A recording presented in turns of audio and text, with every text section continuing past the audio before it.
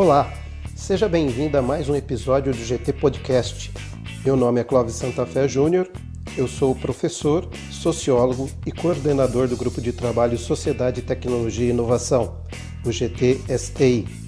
Este episódio foi produzido pelo Núcleo do GT de São Carlos, formado pelos discentes do Curso Superior de Tecnologia em Gestão Empresarial da FATEC São Carlos, a Thalita, a Mahaira e o Luiz. A partir de agora, você é nosso convidado em nossas reflexões. Tema número 1, por gentileza? Boa tarde a todos. Eu trouxe uma notícia sobre ciência e tecnologia. Essa notícia ela foi publicada em 14 de agosto por Assessoria e Comunicação da USP de São Carlos. Pesquisadores da USP de São Carlos, em parceria com a Universidade da Pensilvânia, nos Estados Unidos, desenvolveram um sistema computacional que possibilita controlar um drone autônomo, sem interferência humana, para mapear grandes territórios florestais, desviando de obstáculos no caminho e contabilizando a quantidade de árvores em apenas poucos minutos. Como é feito o levantamento florestal hoje? O detalhamento da floresta é importante para definir as políticas de conservação e monitorar os crimes ambientais pelo poder público e é feito através de inventário florestal, que faz uma estimativa do número de árvores, do volume da madeira disponível, da área coberta por vegetação, das características da biodiversidade local, da topografia da região, entre outros dados que são coletados manualmente. Os problemas com o método atual: dificuldade de acesso a algumas matas, tempo de execução para a conclusão do inventário florestal, que geralmente dura semanas, riscos de exposição humana, como quedas em buracos e ameaças de animais, imprecisão nas informações, uma vez que os dados coletados são estimados. Comparação entre os métodos. Com o drone, é possível mapear uma floresta inteira de 400 mil metros quadrados em apenas 30 minutos e obter valores exatos. Com a equipe de engenheiros florestais, para a mesma área, seria um trabalho de 12 dias e meio, considerando 24 horas ininterruptas, e os dados seriam apenas uma estimativa. Características do drone. O peso, geralmente em torno de 3 kg, aproximadamente, com autonomia de voo de 20 minutos, composto por 4 hélices, uma câmera, um computador de bordo, um controlador de voo e sensor a laser que calcula a distância do drone até as árvores, possibilitando o desvio de obstáculos e a estimativa da espessura de cada tronco por algoritmo utilizando inteligência artificial.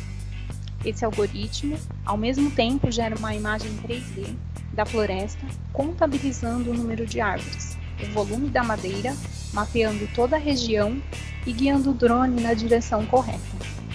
As vantagens com a tecnologia: permitir a elaboração de planos de manejo, atendimento a demandas de empresas florestais, definição de estratégias de preservação dos recursos naturais, combate ao desmatamento, avaliação do estado de conservação das florestas, detectar locais que precisam de reflorestamento e identificar folhagens no chão, o que permite prever o risco de queimadas comum tanto no Brasil como nos Estados Unidos. Resultado do teste: o drone, ou VANT, veículo autônomo não tripulado, foi testado em Nova Jersey, numa das florestas de pinheiro, e conseguiram com precisão coletar dados da área, desviar das árvores, realizar comunicação em tempo real com operadores em solo, que obtinham imagens da câmera de voo, informações do voo e o gasto da bateria. O projeto foi financiado pela FAPESP e foi desenvolvido durante intercâmbio do pesquisador Guilherme Nardari, doutorando do ICMC USP, São Carlos, que afirma que o algoritmo desenvolvido para controlar o drone permite um mapeamento preciso e com informações mais detalhadas da floresta, além da redução da interferência nos voos comparado a outros modelos encontrados. Nos Estados Unidos, os cientistas parceiros já criaram uma empresa para prestar serviço à iniciativa privada. Finalizando com dados do Brasil, segundo o Mapa Biomas, 99% do desmatamento no Brasil em 2019 foi ilegal, sendo que mais de 60% ocorreu na Amazônia. Mais de 1,2 milhão de hectares de mata nativa foram devastados, o que corresponde a 8 municípios de São Paulo. Segundo o INPE, entre agosto de 2019 a julho de 2020, foram registrados mais de 45 mil alertas de desmatamento na floresta amazônica, ou seja, um aumento de 34,5% comparado ao período anterior. Guilherme Nardari, o pesquisador, diz que há interesse em trazer a tecnologia para o Brasil, mas que teriam que realizar modificações no sistema de controle do VANT, o drone, uma vez que existem diferentes tipos de floresta aqui, pelo clima, pelo relevo, o que dificultaria as missões com o drone. Eu achei o tema bastante interessante, na realidade. De certa maneira, é triste saber que uma tecnologia desenvolvida que ela pode ser extremamente eficaz tem tanta dificuldade em fazer esse mapeamento no Brasil, porque nós temos muito, né, como foi citado mesmo nos dados, que o desmatamento no Brasil ele acontece de forma muito à vontade, né? Sem punição, sem fiscalização, e tá tudo certo porque no final das contas gera algum tipo de renda. Pelo menos essa é a impressão que se passa quando você vê que há um completo descaso com ao nosso meio ambiente, como é o que está acontecendo agora no Pantanal Mato Grossense, que está acontecendo queimada criminosa, lá o clima já não favorece muito aí para não alastrar e tal, e está se perdendo muita fauna, muita flora, e um aparelho como esse poderia facilmente auxiliar na detecção não só da quantidade de árvores e tudo mais, mas também nesse tipo de atividade criminosa. Exato, Mahaira, é isso mesmo.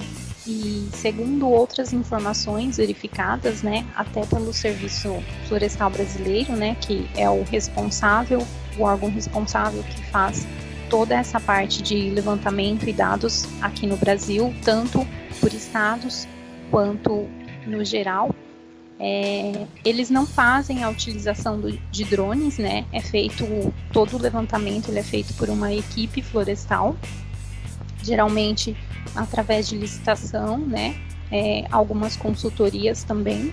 E essa tecnologia, apesar de já existir outros tipos de drone no mercado, né, essa tecnologia que está sendo proposta pela USP em parceria com os Estados Unidos, ela é uma tecnologia diferenciada pelo próprio sistema, né, de navegação do drone. Porque esse sistema, como ele consegue fazer o desvio de obstáculos, então ele faz todo um cálculo para contabilizar a distância das árvores, ele consegue também, ao mesmo tempo, gerar um mapa 3D da região, o que coloca como mais um recurso de documentação das áreas, como comparação de anos ou de meses, para estar se acompanhando.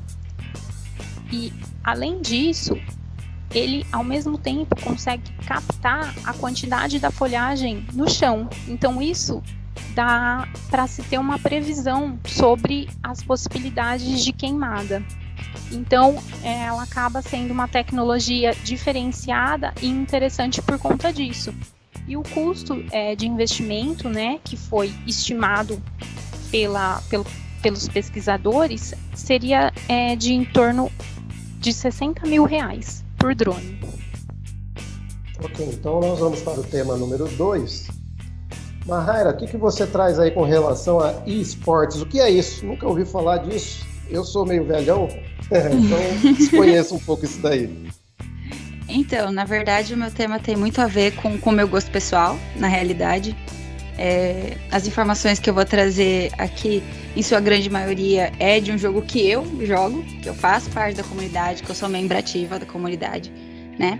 E é referente ao crescimento desse cenário. Porque antes a gente tem aí o Campeonato Brasileiro, que é totalmente bem conceituado e tudo mais, do futebol mesmo, né? E é uma atividade de lazer, que a família senta ali para assistir um jogo de futebol. E isso acontece, e muito, mas com a população mais jovem, que são os e-sports, que são os esportes eletrônicos, que inclusive tem aquela discussão, mas é esporte ou não é? Mas aí a gente chega no ponto, não, se xadrez é esporte, porque ele depende de um aperfeiçoamento, de raciocínio lógico e tudo mais, o e-sports, né, que são os esportes eletrônicos, que são as pessoas que jogam videogame profissionalmente, competem em inúmeros campeonatos que acontecem no mundo. Então é o crescimento desse cenário mesmo.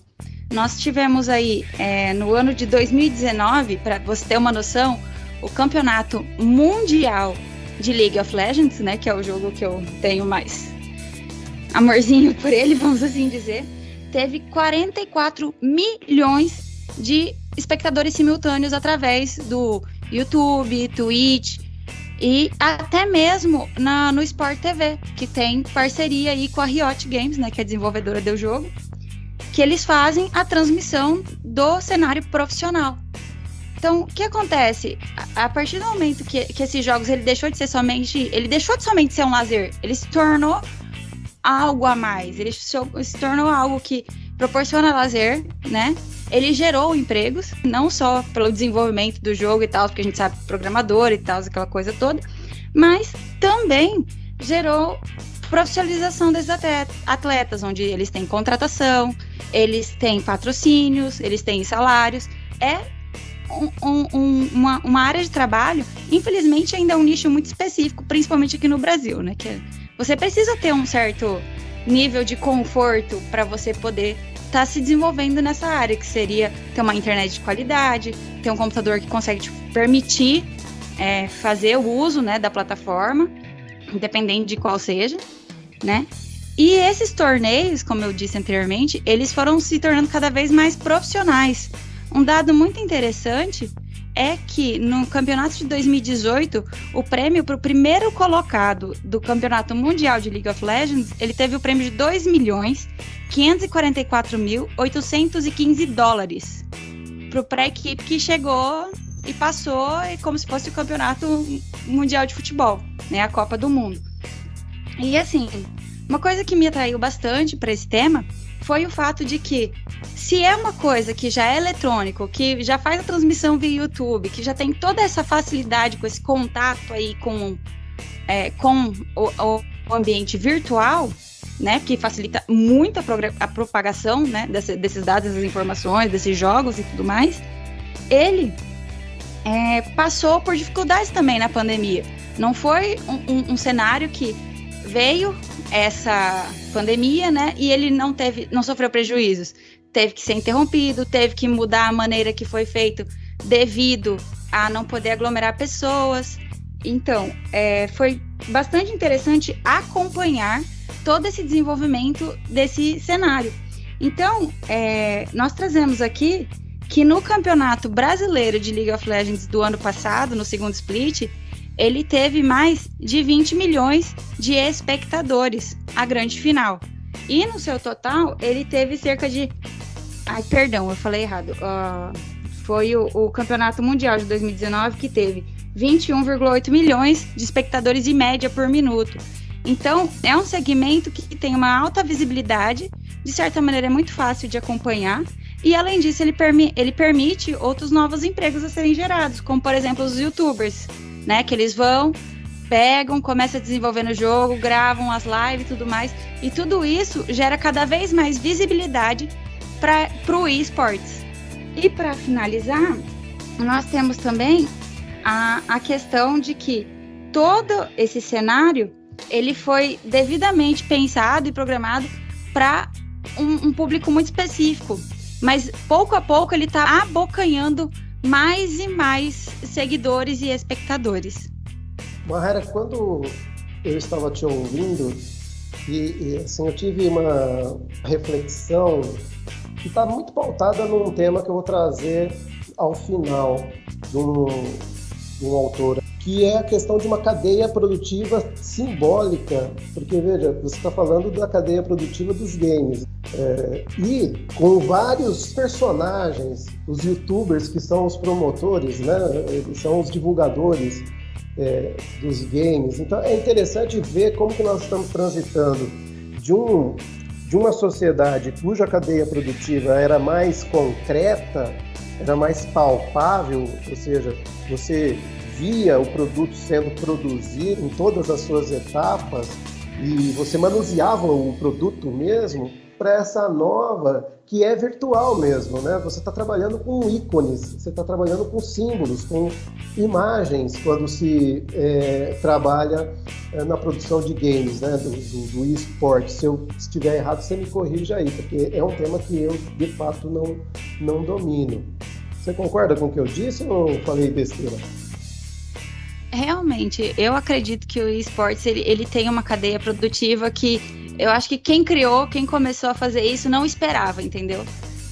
Eu assisti o documentário a respeito do League of Legends, né, sobre ali o surgimento da empresa e como que eles decidiram fazer o campeonato mundial, como isso foi totalmente amador no início, que eles tiveram inúmeros problemas e que com o passar do tempo foi se criando inúmeras maneiras de se difundir e de pessoas se beneficiando inclusive disso, como eu citei. Passou-se os atletas a serem profissionais, eles são contratados e tudo mais. Tem toda uma coisa por detrás de acompanhamento psicológico, acompanhamento de nutricionista para os atletas. E tem também as empresas que fazem parceria, que patrocinam. Tem os youtubers que acabam fazendo a divulgação. Então todas essas cadeias, né, essas ramificações diferentes de geração de emprego ou de gerar uma atividade nova para se desenvolver, né, pela necessidade, realmente o eSports ele colaborou muito para não só para a existência dela, né, de certa maneira, mas também para ramificação, para tornar isso mais claro, para trazer isso mais para a superfície. A gente consegue ver melhor. Se você for parar para ver, poxa, tem um campeonato mundial onde os times têm que parar, se preparar, tem os campeonatos regionais, tem eventos, tem patrocínio, então assim, tem bastante coisa que foi se agregando a isso e tornou realmente o eSport uma coisa que é visível, entendeu? Ele deixou de ser ali do submundo dos caras que gostam de game, ponto final. Não, ele alcançou um público muito maior atualmente. Muito legal. Pode falar, Luiz, pode falar. Bom, sobre esse tema eu acho muito legal também de falar. Eu não sou um jogador de esportes, mas eu acho muito, muito legal porque na época que eu cresci, quem jogava videogame era tipo, isso aí era no futuro, né?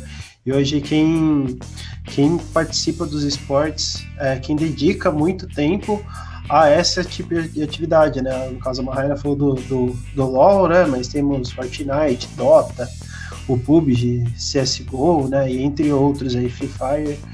E o quanto que esse mercado cresceu, que foi que ela apontou, né? A gente tem muita gente muitos famosos hoje que também participam desse mercado, como o Steve Aoki, que é um DJ famoso aí internacionalmente, o Ronaldinho Fenômeno, o Ronaldo Fenômeno, né? O Michael Jordan tem um time. Temos aqui no Brasil, tem os times de futebol, eles têm times de esportes também, né? Flamengo, Corinthians, o Flamengo, Paulo, Santos, São Paulo também tem. E tem outras empresas brasileiras tem também, tipo a Van e tal. Temos empresas aqui no Brasil que também investem muito. Escuderias da Fórmula 1, a Ferrari, McLaren, Mercedes, Williams, elas também investem nisso. Então é um mercado que ele cresceu muito nos últimos anos, né? Eu acho que eu posso estar errado aí, a Mayara pode me corrigir. Se eu não me engano, tem por volta de 10 anos esse mercado, ou mais, né? No mercado sul-coreano, eu sei que na Coreia do Sul, lá o evento, e também, se eu não me engano, nos Estados Unidos, os eventos são em estádios, como os estádios de futebol daqui do Brasil. Os eventos são feitos nesses locais e são os eventos que mais têm transmissão mundial. né? Além dos outros esses em espaços abertos, além dos em ginásios que são fechados também. Então, esse mercado ele vem sendo expressivo nos últimos tempos, né? O quanto que se popularizou, né? Antes a gente tinha Justin TV, que depois virou a Twitch TV, que, se eu não me engano, é o maior canal de transmissão de streamers de games. Então, esse é um mercado que está muito grande. Aqui no Brasil, ele ainda é um pouco... Eu vejo que ele é um pouco deixado de lado. Ele cresceu muito dentro do cenário universitário, então tem muitas universidades que têm times grandes, né? E onde, por exemplo, a população nacional que assiste muita TV, algumas TVs, como a Maria falou, a Sport TV passa, né? Mas também tem a ESPN, o Grupo Globo já passou, a Globo mesmo já passou, né?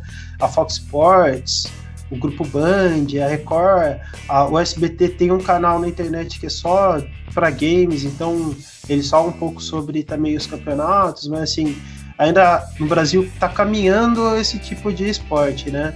De esporte, não e-esporte. Então, acho que vai crescer muito no Brasil ainda, mas mundialmente eu vejo quanto as cifras são muito grandes, né? Então, muito legal. Só para finalizar, eu gosto desse tema, somente por ver como o cenário universitário ele é muito grande e temos equipes muito boas também dentro das universidades, sem ser as equipes de empresas também e times. Thalita, quer fazer uma reflexão aí?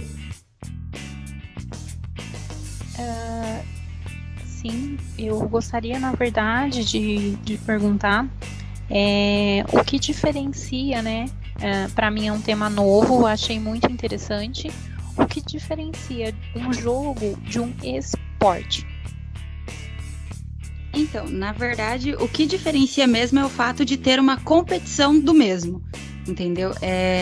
Competições reconhecidas, como por exemplo o CS, né, que é o Counter-Strike, ele tem campeonato brasileiro, tem campeonato mundial, o LoL, né, como eu falei, o League of Legends, o Dota, que é o rival do League of Legends, aí também tem o campeonato mundial.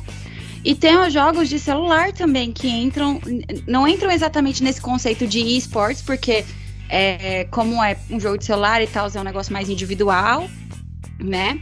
Mas ele também tem campeonatos e tudo mais, e tem pessoas que se preparam e se dedicam e que treinam e tudo mais. Outro jogo também que ele é considerado um esporte, porque tem toda uma preparação, uma equipe, um campeonato renomado e tal, é o FIFA, né? O famoso FIFA aí, que todo mundo que joga videogame aí já jogou um dia, o tal do FIFA. Tanto o FIFA quanto o PES, né? Só para complementar um pouquinho o que a Maria falou, acho que eles são categorizados como esportes, né? Porque eles a visão que tinha tradicional de esporte era que fortaleceria só o físico, tal, algumas coisas. Mas quando você faz a análise do esporte, ele não é só fortalecimento físico, né? Ele também te ajuda a pensar mais rápido, tomar decisões mais rápidas, e é isso que o esporte ele tem essa categorização como esporte, pela questão do raciocínio, né? De como você toma decisões muito rápidas em poucos segundos. Quando você analisa isso, às vezes em relação a outros esportes, é nisso que consegue categorizar um esporte como um esporte também. Até tem questão, é pensado em transformar num esporte olímpico, mas isso aí é para futuro, tá? A questão do esporte olímpico aí é o argumento que eles mais usam bastante, é a questão do fato de que xadrez é um esporte olímpico, mas o xadrez ele não tem um esforço físico, né? Você não precisa ser o atleta para você jogar xadrez. Você precisa sim de um raciocínio lógico desenvolvido, se preparar ali para as possibilidades, desenvolver as suas estratégias. E é nessa mesma pauta aí que estão trabalhando com o lado do esportes, porque, queira ou não, para você ganhar uma partida de um outro time ou de um outro jogador, você precisa sim tomar algumas decisões estratégicas para obter vantagem e logo ganhar o jogo, né? Dito tudo isso que vocês apresentaram, o que eu acho muito interessante, eu sempre vou olhar pelo viés da sociologia, é que é uma cadeia produtiva imaterial. É tudo virtualizado, que teve origem lá no joguinho, no jogo, e hoje virou o e-esportes, né? Esportes eletrônicos, mas não tem mais caixinha, não tem mais produto concreto que você manuseava. Não, é tudo virtualizado, é tudo imagético. Né? Desde a produção, que é o pessoal que vai elaborar a linguagem de programa que vai virar o jogo, até as outras cadeias produtivos que fazem a distribuição e a divulgação, ou seja, pessoas com empregos que não trabalham com algo concreto de fato, mas trabalham com algo virtualizado. Isso é muito interessante e é importante que a gente preste atenção, porque são os novos empregos, são as novas profissões. Mas vamos para o tema 3. O Luiz também tem um tema aí que é interessantíssimo. Mentira, ciência e religião. Luiz? E aí, pessoal, tudo bem? Parece até um tema meio controverso, né, quando a gente começa a falar de religião, mas eu vou explicar da onde saiu esse tema, né? Bom, dentro do Ócio Criativo, que é um livro do Domenico De Masi, que a gente está vendo durante esse período, tem uma parte que ele fala no capítulo 1 lá sobre a morte, né? Onde há milhões de anos atrás os indivíduos da sociedade viam como a morte como o fim daquele indivíduo, onde tinha muita dor, tristeza, melancolia, né? E foram criados os primeiros funerais, e onde você coloca o corpo em locais separados para não ter o espalhamento daquele cheiro da carne putrefada e tal. E aí, pensando nisso, como foi pensado nessa parte que depois da morte a pessoa teria uma outra vida, né? E aí entra nesse tema de mentira e um pouco de religião. Não vou falar que a religião é uma mentira, mas sim como uma ideia, tá? Tem um filme que é O Primeiro Mentiroso, que é de 2009, que uma das cenas que se passam nesse filme é de uma morte que acontece no filme, e ele tem que, antes da morte, só para contextualizar um pouco antes, todas as pessoas no filme falam verdade, mesmo que aquilo ali seja duro para outra pessoa escutar. E uma dessas pessoas, ela vê um motivo, ela consegue inventar uma mentira, e ela começa a usar essa mentira a favor dela, não só essa mentira, né? O fator mentira em favor dela. É a única pessoa no mundo que consegue fazer a mentira. Tem um dos personagens que acaba falecendo, e antes de falecer ele explica, a pessoa fala que não vai ter uma morte vazia, não sabe o que acontece depois, e ele explica que depois da morte tem um local que ela vai encontrar todas as pessoas que ela já passou a vida dela inteira, e que seria o céu, né? E as pessoas ali em volta escutam e todo mundo tenta entender como ele sabe daquilo lá. E aí aparece a figura de Deus. Agora voltando para o tema, né? Como eu falei no começo, a morte ela não era entendida pelos indivíduos. Então a gente começa a ter essa busca do que acontece pós-morte, por que a gente está aqui, como aquilo ali acontece. E é nessa hora, há milhões de anos atrás, que tanto a religião quanto a ciência tentam explicar como, porque não tinha nada datado, nada escrito, era só transmitido algumas coisas naquele momento para os mais novos. Então é nesse momento que religião e ciência surgem para poder explicar esse tipo de fenômeno, não só esse fenômeno, né? O como que os seres humanos nascem, crescem, o que acontece dentro do corpo. Então a religião e a ciência elas começam muito juntas nessa época, né? E uma parte disso, não vou falar que é mentira, mas quanto disso é uma parte que é ficção e o quanto que não é, quanto que conseguimos comprovar, é possível comprovar. E uma parte da história, onde a religião e a ciência elas estavam andando juntas, elas acabam seguindo caminhos opostos. Às vezes a religião acaba sendo muito contra a ciência, e a ciência tenta explicar a religião ao conflito de ideias, e não tem um acerto do que seria isso, né? Então, por exemplo, entender o que seria a alma. A ciência tenta explicar o que é a alma, e a religião tenta explicar a partir de uma ideia sem uma comprovação, né? Então, como isso afeta a sociedade, né? Tem muitas pessoas, principalmente hoje, a gente vê muita polarização tanto científica quanto religiosa, onde uns acreditam que a ciência pode salvar e outros só acreditam que a religião pode salvar. Então, isso implica muito na nossa sociedade. Só para finalizar, a ciência e a religião têm muito a crescer juntos, ou separados também.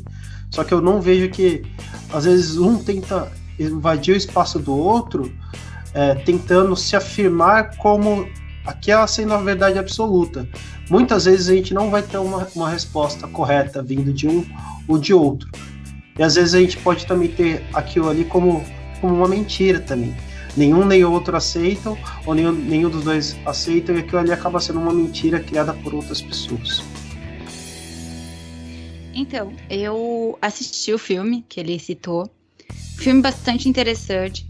Uma coisa que eu notei no desenrolar ali, que o Luiz falou ali sobre a questão da ciência e a da religião, mas o fato das pessoas não contarem mentiras ali naquela situação, naquela realidade utópica ali, onde a mentira não existe, eu notei também a percepção da falta de imaginação.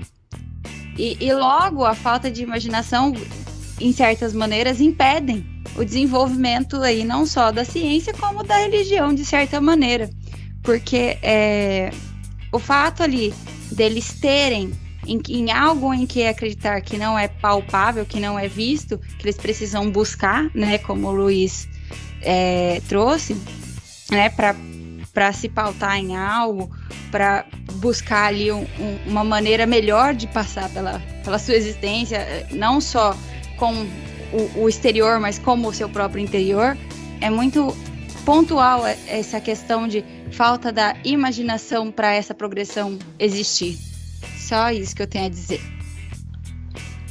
Bom, eu também assisti o filme e achei que veio de encontro com as ideias do Demassi, como o Luiz comentou. Tem duas coisas que eu gostaria de fazer um comparativo, né, com o filme e com o capítulo do livro Ócio Criativo. A primeira é referente à compensação para a morte, que o Domênico cita, né, em uma das entrevistas, que ele fala da descoberta do homem com relação à eternidade, né? E o filme ele aborda essa questão da compensação com a morte. Então, um dos personagens principal, com a mãe doente, ele mente para a mãe, né? Ele usa do recurso da mentira, fazendo idealizá-la uma vida após a morte, para que ela morresse feliz e deixasse de ter medo, né? Isso vem bem de encontro com o que o Domênico aborda, que ele fala que a descoberta da eternidade, né, uma vida após morte, ela traz um certo bálsamo para o homem. E também a compensação da dor com o belo, né? Outra passagem também que eu gostaria de destacar é com relação ao filme, quando a Ana ela tem uma certa simpatia e um interesse profundo pelo Mark, que é o personagem principal, mas ela acaba não assumindo por influência da mãe e de outras pessoas, né, que colocam e fazem ela enxergar apenas o físico, o que não é belo nele, porque a aparência dele é a única coisa que não é bela. E quando ela abandona a aparência, porque ela diz no filme o tempo todo, né, e o filme o tempo todo ele tenta conquistá-la, que ela não pode ceder por conta que ela não quer ter filhos. gordinhos com nariz de batata, que é a aparência que ela determina para ele, mas que ele consegue, não mentindo para ela, porque em todos os outros recursos ele usa mentira, ele consegue, não mentindo para ela, fazer ela enxergar o belo que existe nele. Então, no final, dando spoiler, ela acaba casando com ele. Também vem de encontro com uma das ideias do Demacy, né, que é a compensação da dor com o belo. Eu vou para um caminho diferente, embora tenha sido muito calcado a apresentação do Luiz no Domênico Demacy, e todos vocês também já falaram. Eu vou fazer uma trajetória um pouco diferente, até para poder também pensar de forma um pouco mais ampliada. Quando o Luiz estava apresentando, me veio Nietzsche na cabeça, assim, Nietzsche e o seu questionamento das narrativas.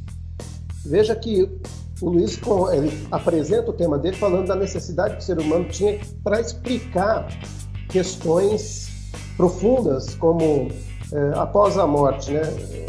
Que existe algo, né? O ser humano precisava resolver essa ansiedade e essa angústia, já que ele é o único animal que tem conhecimento da sua própria finitude. Os outros animais apenas vivem, né?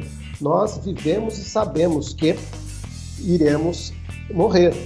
Então isso gera uma angústia e que necessitou desde dos primeiros tempos de humanidade, então voltando a mais de 10 mil, 15 mil anos na história da humanidade, até muito mais, necessitou criar narrativas que confortasse, nos desse um sentido, né? Que não é só isso aqui, não é só esta vida, né? E o Nietzsche, ele faz um questionamento, ele se coloca como uma dinamite que explode essas narrativas que se apresentam como verdade absoluta. Então, por exemplo, para Nietzsche, qual seria a diferença entre mentira, ciência e religião? Todas elas são narrativas, porque a única verdade é a verdade natural, mas o homem se desnaturou. O homem não é mais natureza. Nós não olhamos a realidade com os olhos da natureza. Nós valoramos a realidade a partir da cultura, dos nossos valores morais, portanto, nós criamos narrativas.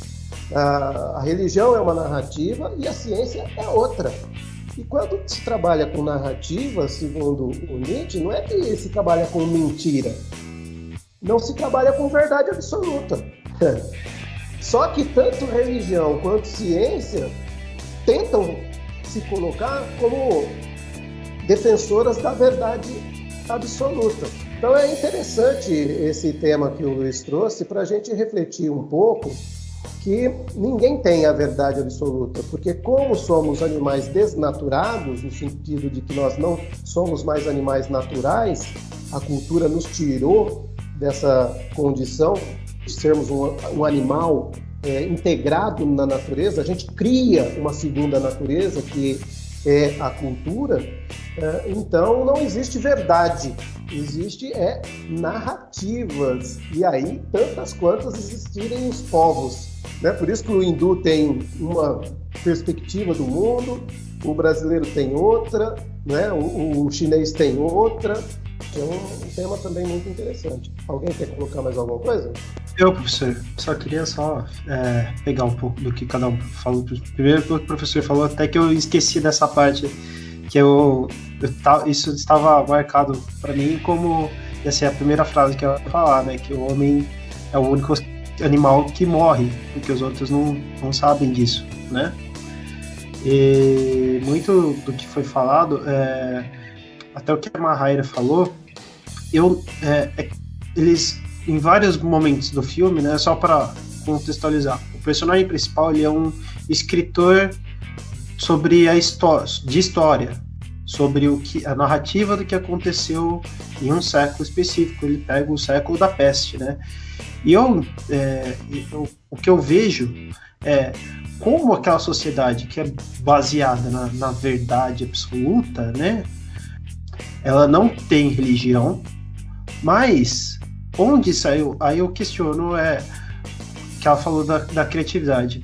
Se não tem a criatividade, como aquela sociedade conseguiu evoluir a uma sociedade parecida com a nossa e conseguiu, além disso, sobreviver à época da peste, onde tudo bem que não tinha vacina, mas uma sociedade que não consegue entender sem a criatividade como deve ser feito a vacinação ou contingenciamentos, como ela conseguiria fazer coisas tão espetaculares e chegar naquele ponto, né? Então ela consegue ter um pouco da criatividade dela sem se basear em mentiras, né? Realmente, muito do que a gente vê do imaginativo, às vezes, acaba sendo mentira, mas nem tudo na nossa imaginação é uma mentira também, porque ele traz, eu acho que muito do que a gente consegue traçar com o nosso intelecto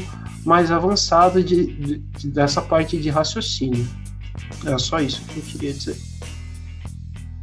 Eu vou agora entrar no tema 4, que ficou sob minha responsabilidade, a ausência de um projeto de desenvolvimento nacional concernente com o século XXI. Esse tema, eu vou fazer um comentário geral em cima de uma entrevista dada por um intelectual brasileiro chamado Gilson Schwartz. Essa entrevista ele deu para a revista online do Instituto Humanitas Unicinos para a Patrícia Fachin. E eu achei ela muito interessante, essa entrevista. Então eu vou apresentar o Gilson Schwartz e depois vou comentar um pouco essa entrevista. Gilson Schwartz é graduado em Economia e em Ciências Sociais pela Universidade de São Paulo, a USP, mestre e doutor em Ciências Econômicas pela Universidade Estadual de Campinas, a Unicamp, é pesquisador associado ao Núcleo de Política e Gestão Tecnológica, PGT da USP, e integra o programa de pós-graduação interdisciplinar Diversitas na Faculdade de Filosofia, Letras e Ciências Humanas da USP. Então eu vou ler um trecho dessa entrevista, porque ela é longa, mas eu sugiro aí a quem estiver nos ouvindo que procure essa entrevista, cujo título é O Brasil e o Deserto de Ideias sobre a maior revolução tecnológica da história da humanidade, entrevista especial com Gilson Schwartz. A entrevista, né, ela tem uma introdução, e na introdução a Patrícia Fachin abre com uma citação do entrevistado, abre aspas, todos os candidatos disponíveis estão brigando, empunhando bandeiras, chavões e propostas que são apenas uma mirada vesga pelo espelho retrovisor. É um deserto de ideias sobre a maior revolução tecnológica da história da humanidade e ninguém é capaz de articular um modelo de desenvolvimento que coloque essa preeminência da economia, da cultura digital e da economia criativa, fecha aspas. Esse é um trecho do próprio Gilson falando, e ele não falou errado. Economia significa economia dos ícones, economia simbólica, que tem uma ligação com o tema 1, a questão da tecnologia, do mapeamento da floresta através do drone, como que isso vai ser feito de forma imagética, tem uma câmera do drone que vai estar gravando por onde o drone vai estar passando na floresta e fazendo esse mapeamento. Tem a ver com o tema 2, a questão do crescimento dos esportes, por quê? Porque são jogos virtuais, ou seja, são jogos que trabalham significativamente com ícones, com símbolos que você vê na sua tela se movimentando e que você comanda esses símbolos, ou seja, toda uma cadeia de produção virtualizada em símbolos envolvida aí.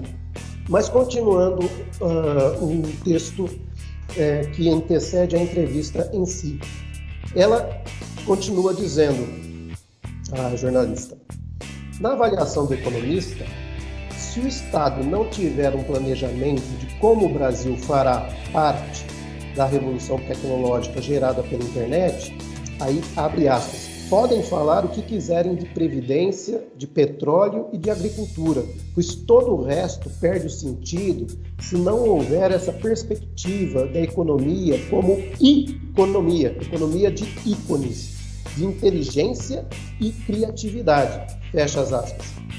Sem uma atenção para essa agenda, frisa, continuaremos a insistir em velhos bordões como Estado versus mercado, direita versus esquerda. Fecha aspas novamente. Falas essas do Gilson Schwartz.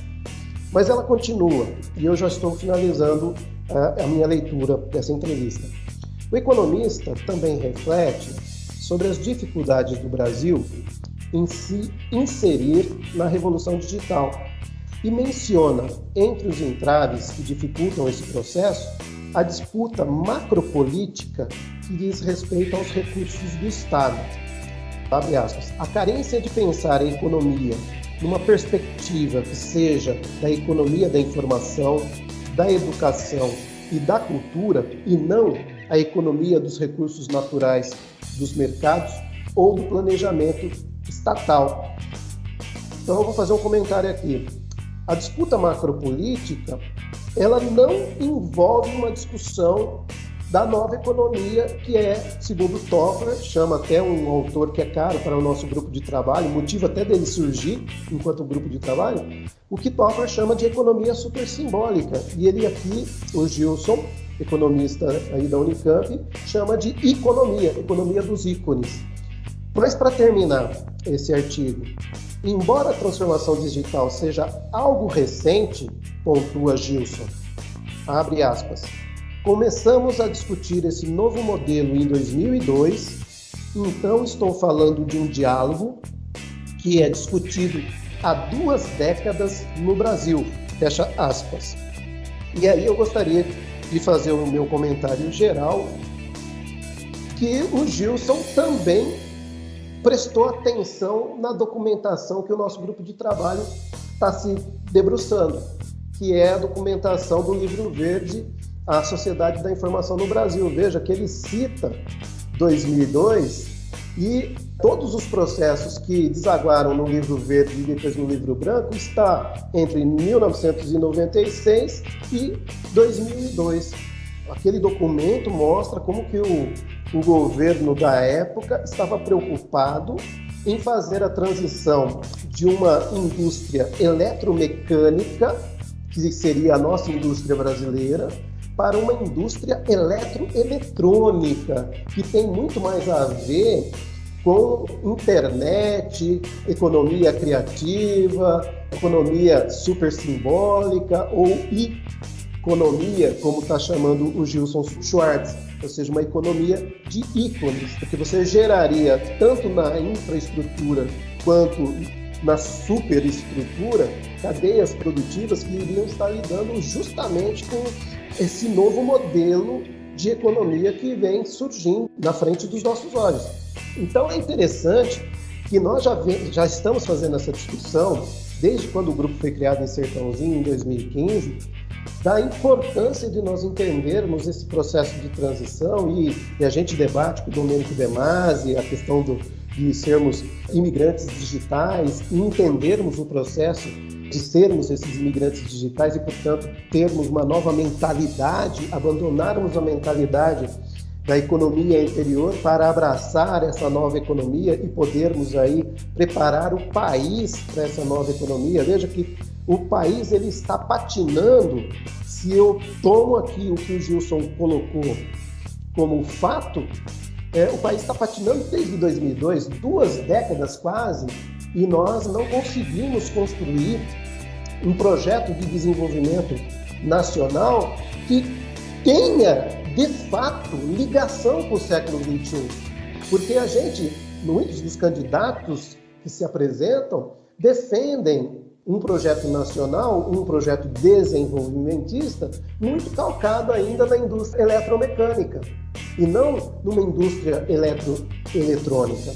Ou seja, nós temos aí um problema, porque a gente continua olhando para o passado, vivendo já uma sociedade futuro, né? O século XXI, que antes era, olha, vai chegar o século XXI, agora não é mais vai chegar, nós já vivemos o século XXI, nós estamos nele. Ele é um século tecnológico, como foi prognosticado antes, no final do século XX. Ele, de fato, é tecnológico e cada vez mais tecnológico.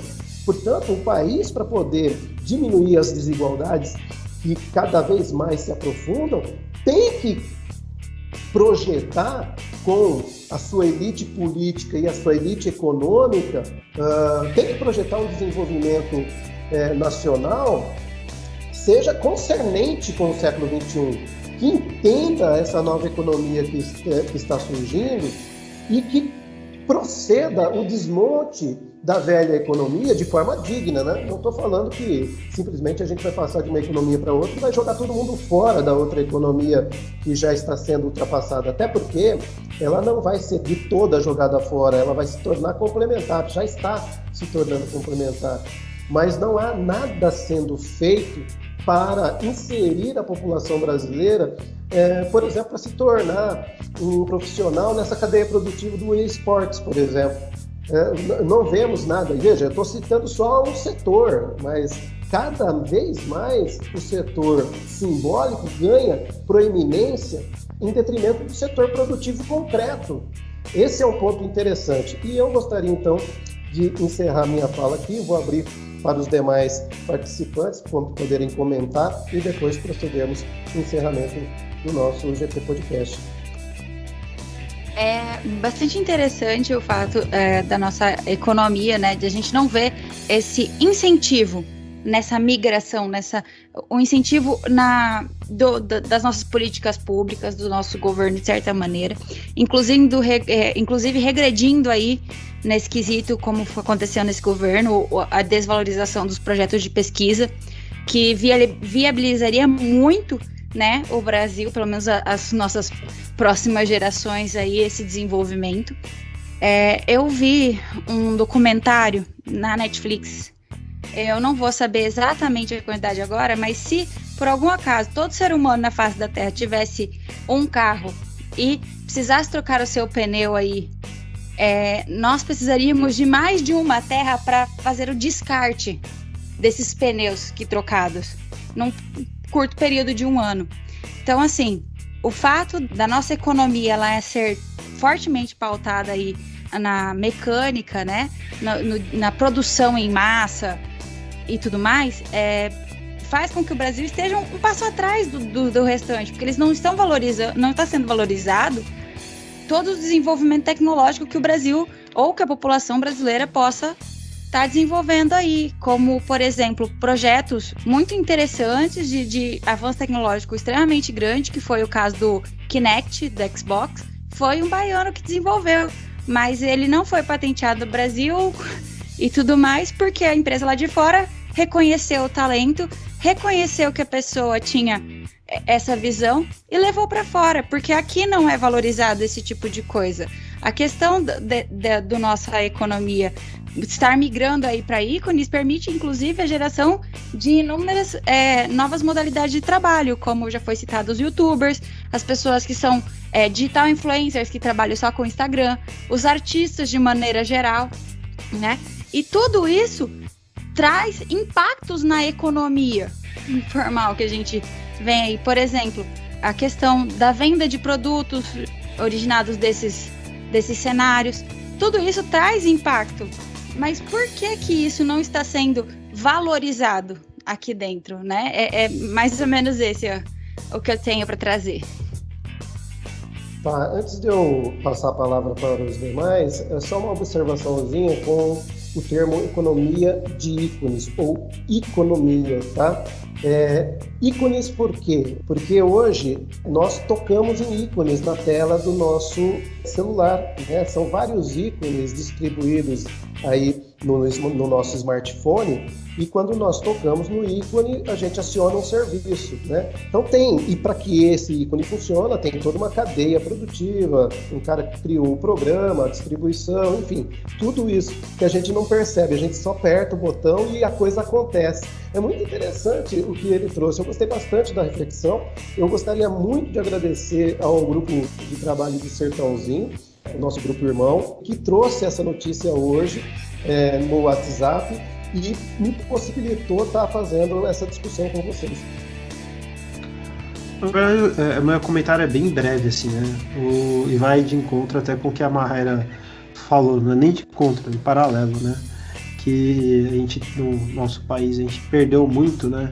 Quando a gente viu um pouco do Livro Verde no semestre passado, falando sobre isso, sobre o quanto que deveria ser investido em tecnologia e nessa parte voltada à infraestrutura de rede, né, no país, e o quanto, isso lá em 94, se não me engano, posso estar errado, o professor pode estar me corrigir, mas o quanto que deveria ser investido e o quanto que foi investido de lá para cá e o quanto que a gente tem de estrutura aqui no país hoje para poder falar que a gente tem uma estrutura de internet tecnológica que possa ser comparada com outros países que tem esse tipo de essas tecnologias muito mais avançadas que a gente tem, e além disso nosso setor de pesquisa ser mesmo sucateado, conseguir sobreviver de uma forma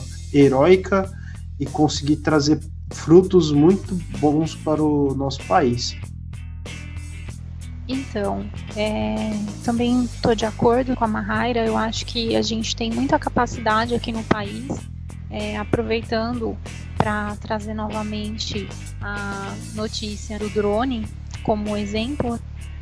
O nosso pesquisador conseguiu desenvolver um sistema e eles conseguiram fazer toda a implantação e todos os testes em parceria com os Estados Unidos.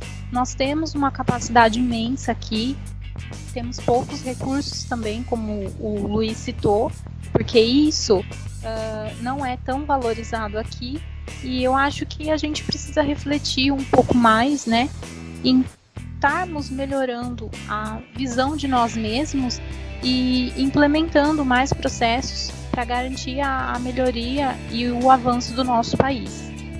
Que a tendência é a indústria 4.0 e internet das coisas e tecnologia. Acho que é isso. E assim encerramos mais um episódio do GT Podcast.